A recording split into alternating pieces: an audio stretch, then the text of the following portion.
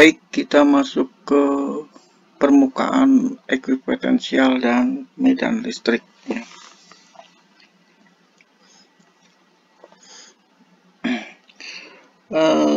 Titik-titik yang berdekatan yang mempunyai potensial listrik yang sama, dia akan membentuk permukaan ekuipotensial. Jadi permukaannya equi itu sama, jadi potensial sama. Jadi permukaan potensial yang sama, ya, yang berupa permukaan imajiner atau permukaan fisik, ya, yang bersifat fisik, ya. Tidak ada kerja yang dilakukan pada muatan partikel oleh medan listrik ketika partikel bergerak di antara dua titik initial dan F, titik akhirnya pada permukaan ekuipotensial yang sama. Jadi di sini kita hanya melihat titik awal dan titik akhir, tidak melihat lintasan yang dilalui, tapi jika titik awal dan titik akhir berakhir pada permukaan potensial yang sama, maka kerja yang dilakukan adalah 0. Ya. Di sini menunjukkan medan listrik, ya. Medan listrik yang arahnya uniform, ya. Kalau arahnya uniform ini yang rata, maka permukaan ekuipotensialnya ini yang bergaris merah ini berbentuk seperti ini, ya. Jadi pada garis merah ini mempunyai medan listrik yang besarnya itu sama, gitu ya, dan potensialnya juga sama, ya. Kalau medan listriknya itu berasal dari sebuah muatan seperti muatan B ini, ya, maka permukaan potensialnya berbentuk melingkar, ya. Yang arah keluar ini adalah arah medan, garis-garis medan, ya. Jadi pada garis lingkaran ini dia mempunyai besar medan listrik yang sama. Kalau di dalam dipol, maka bentuk permukaan potensialnya adalah seperti ini. Oke. Ya. Di gambar ini, ya, kita melihat permukaan ekuipotensial yang kita kenal dengan medan listrik dikarenakan adanya distribusi muatan, ya. Dikarenakan adanya distribusi muatan di mana arahnya, ya, arah medannya adalah ke arah dalam, ya. Jika di sini permukaan P1, katakan, ya, permukaan P1 yang di atas ini besarnya adalah 100 volt, P2 itu 80 volt, P3 60 volt, dan P4 adalah 40 volt, ya. Jadi yang permukaan yang lebih atas ini, ya, permukaan yang pertama dia mempunyai potensial yang lebih besar, ya. Jika lintasannya itu lintasan pertama misalnya ini, ya, dia bergerak, titik awalnya adalah di permukaan 1 dan berakhir juga di permukaan 1, maka kerja yang dilakukan adalah 0 karena beda potensialnya tidak ada, karena 0, ya. Permukaan 2, lintasan 2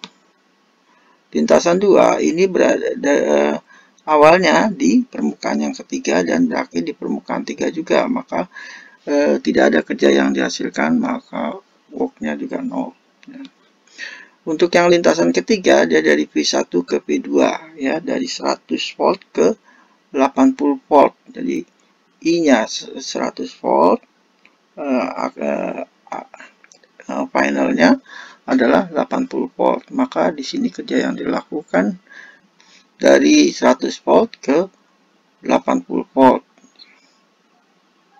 Itu positif, ya. Jadi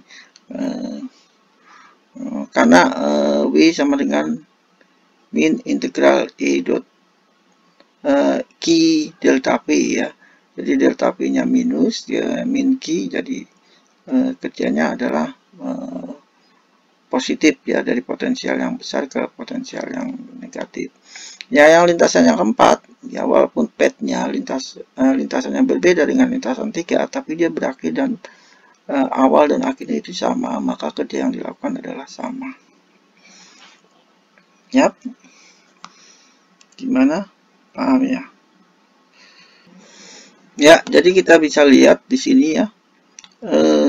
Di sini permukaan P1 dia mempunyai potensial yang lebih tinggi daripada permukaan P2 ya. Arah medannya itu adalah masuk ke bawah ya.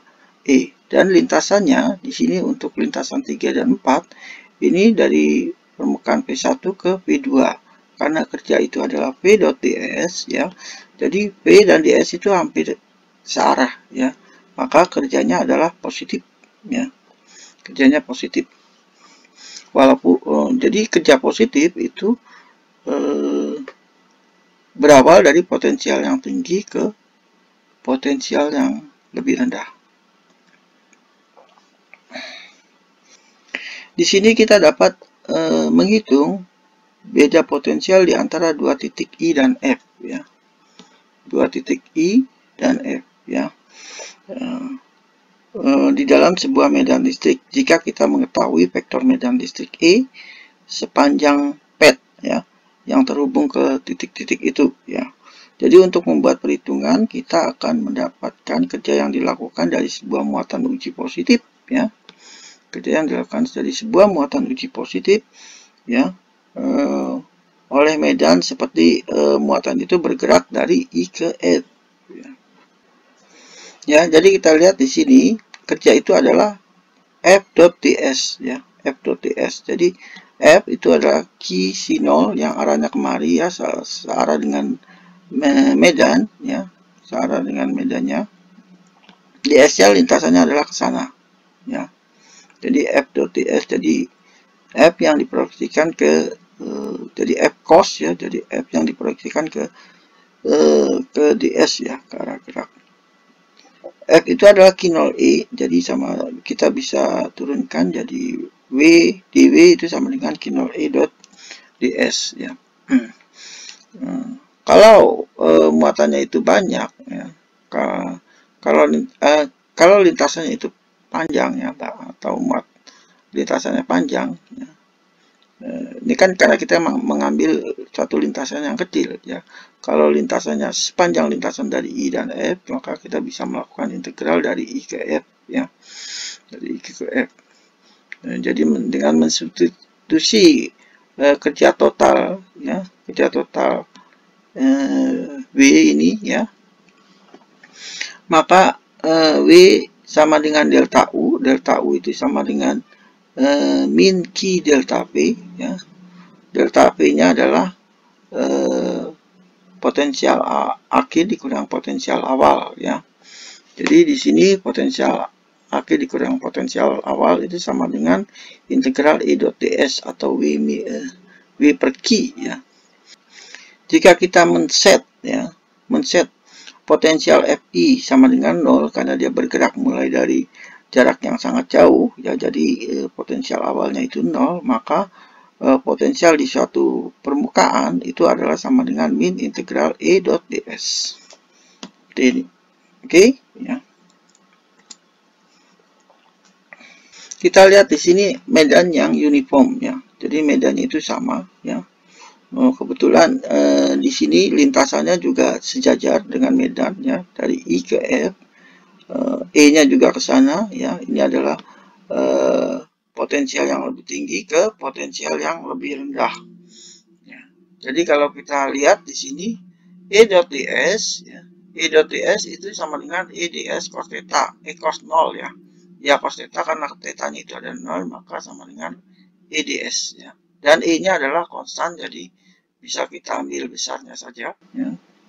E ds ya. Lalu integral ya untuk mencari beda potensialnya min E integral dari I ke S ya, dimana integral ds itu sama saja jarak yang ditempuh ya, sepanjang ini ya, jarak yang ditempuh. Jadi delta P beda potensial di antara kedua permukaan ini sama dengan min E delta X ya. Oke ya, jadi beda potensial di antara kedua permukaan ini dari dari potensial yang tertinggi, lebih tinggi ke potensial yang lebih rendah, itu sama saja min E delta X. Ya. Jadi di sini kita bisa simpulkan bahwa vektor medan listrik ya, itu mengarah dari potensial yang tinggi ke potensial yang rendah. Ya. E-nya itu mengarah dari potensial yang tinggi ke potensial yang rendah. Ini ada checkpoint ya. Di sini ada gambar ya yang menunjukkan bahwa permukaan ekuipotensial di dalam penampang ya, di mana kelima pad ya, ada 5 pad di sini ya, 5 lintasan yang bergerak, yang menggerakkan sebuah elektron dari satu permukaan ke permukaan lainnya ya. Nah, sekarang yang ditanyaannya adalah berapakah arah medan listrik yang tergabung, yang terbentuk dengan permukaan itu ya. Berapa arah medan listrik ya, arah medan listrik ya. Jadi arah medan listriknya ke kanan ya, karena 10 volt 80 volt ya. Ditanya medan listriknya arahnya ya, arahnya ke kanan gitu ya.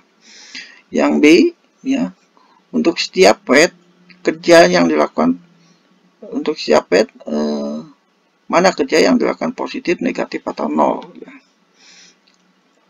Ya, jadi di sini karena E-nya ke kanan ya, E-nya ke kanan, lintasannya juga untuk yang lintasan yang pertama ya. Akhirnya ini awal dan akhir adalah ke sini ya.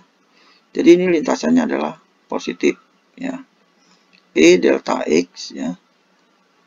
Jadi worknya adalah, kerjanya adalah positif ya, dari potensial yang tinggi ke potensial yang rendah.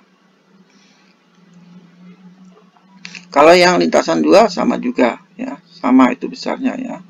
Kalau yang ketiga itu lintasannya lebih positif lagi ya, lebih besar ya, kerjanya lebih besar.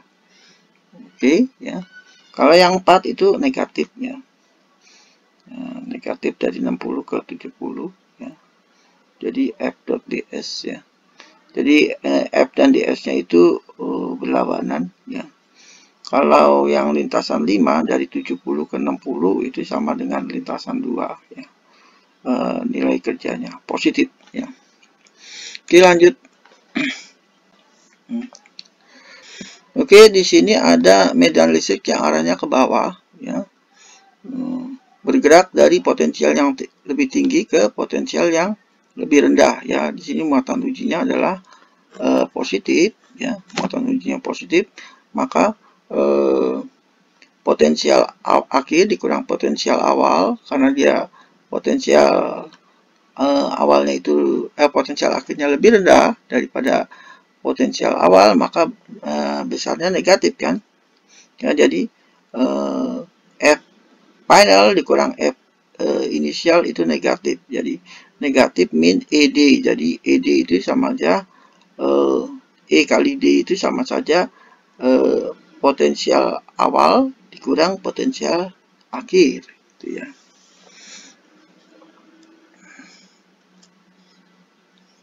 Nah, sekarang kalau bentuk lintasannya seperti ini, ICF ya.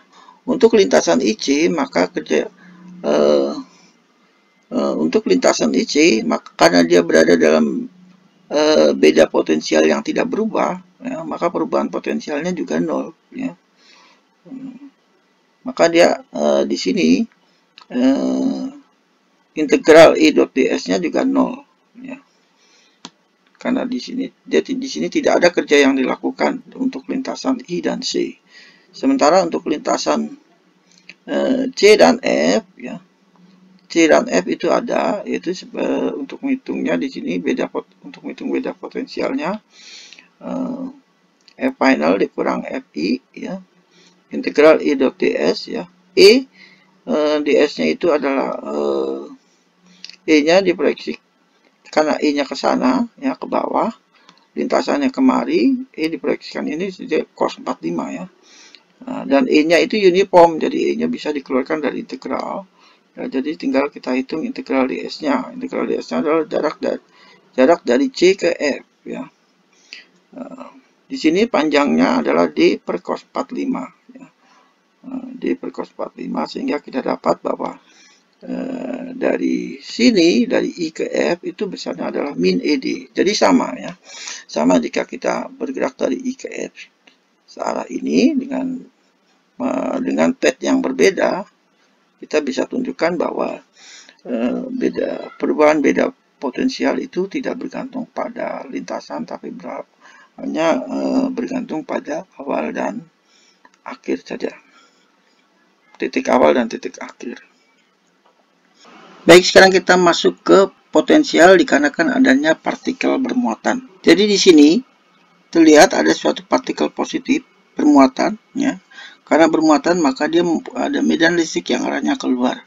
Ya. Jika kita letakkan suatu muatan uji positif yang berjarak r, ya, yang berjarak r, katakan, ya, di sini, maka karena muatan uji positifnya ini adalah arahnya ke sana, ya.